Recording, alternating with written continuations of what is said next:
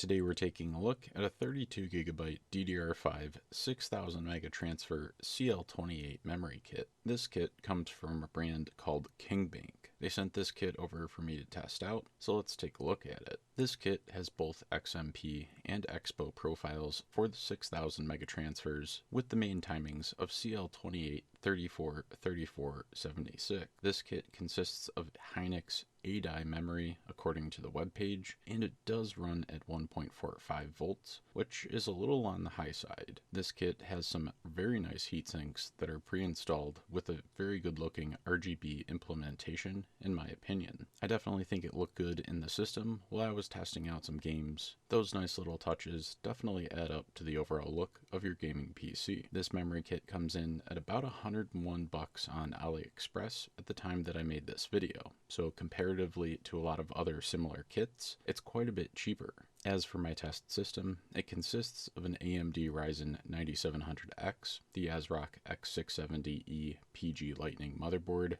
and the Asus RTX 4070 Super Dual OC graphics card. My testing for this memory was a little rocky, to be honest. It wasn't EXPO stable on my motherboard. I have the latest 2024 BIOS on my X679E PG Lightning. I tried swapping the memory DIMM positions, and then tried retraining the memory a couple of times, as well as disabling PBO and resetting the BIOS to defaults. I just couldn't get the EXPO setting to work. I did reach out to KingBank, and they had their engineer take a look and said, basically, my motherboard probably isn't compatible with the EXPO settings on this kit. Definitely a bummer, because EXPO is really supposed to be a one-button click overclock for your system memory, but not all motherboards are always going to work well with that. They got back to me and told me that I could run DDR5 6000 megatransfer, but I would probably need to run at CL30, 36, 3680, which did in fact work for my system while using 1.45 volts. I tested 3D Mark Time Spy, Cyberpunk 2077, Final Fantasy XIV Dawntrail, and the Black Myth Wukong benchmark. All of these tests ran super well with the adjusted settings, and I was happy with the performance. It's very well documented that DDR5 6000 performs extremely well on Ryzen CPUs, so this was crucial to get working. There's no published motherboard compatibility list for this memory kit yet, which is kind of a bummer, but KingBank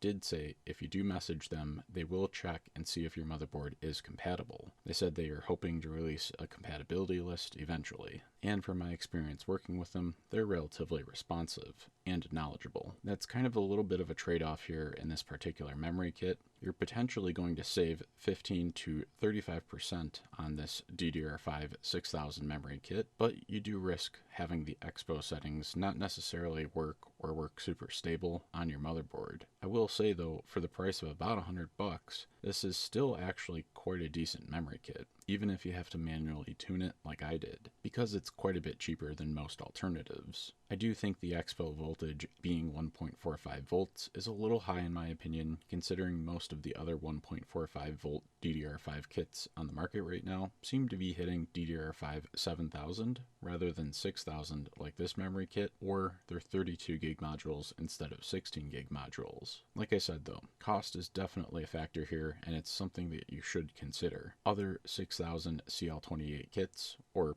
CL30 kits in my case, are going for anywhere between $120 to $160 when I'm making this video. So if saving something like $20 to $40 on the memory kit lets you double your SSD size, or maybe get a better case, or maybe a better cooler, that might be totally worth it if you're comfortable manually tuning your memory. If you're not comfortable manually tuning your memory, well, you probably want to stick with one of the other brands, G.Skill or Corsair, but you will pay a little bit more for that. As for my test rig, I ended up tuning the memory basically to run at DDR5 6000 CL32, 36, 3680, but I was able to lower that voltage to 1.35 volts, which I think is a little bit more reasonable for this type of speed and long-term stability. I can't guarantee those settings are going to work for everybody, every motherboard and CPU and kit of memory is always going to function differently, but there's definitely a little bit of room in there for testing and tuning this memory on your system. If you're into a memory kit like this, I'll have a link to it in the description below, so you can head down there and pick up one for yourself. There's plenty of gaming PC and home lab content on the channel, so go ahead and check that out. Drop a like on this video if you enjoyed learning about a vendor that we don't often hear about and some real value for money type parts. Get subscribed to the channel and ring that bell for updates.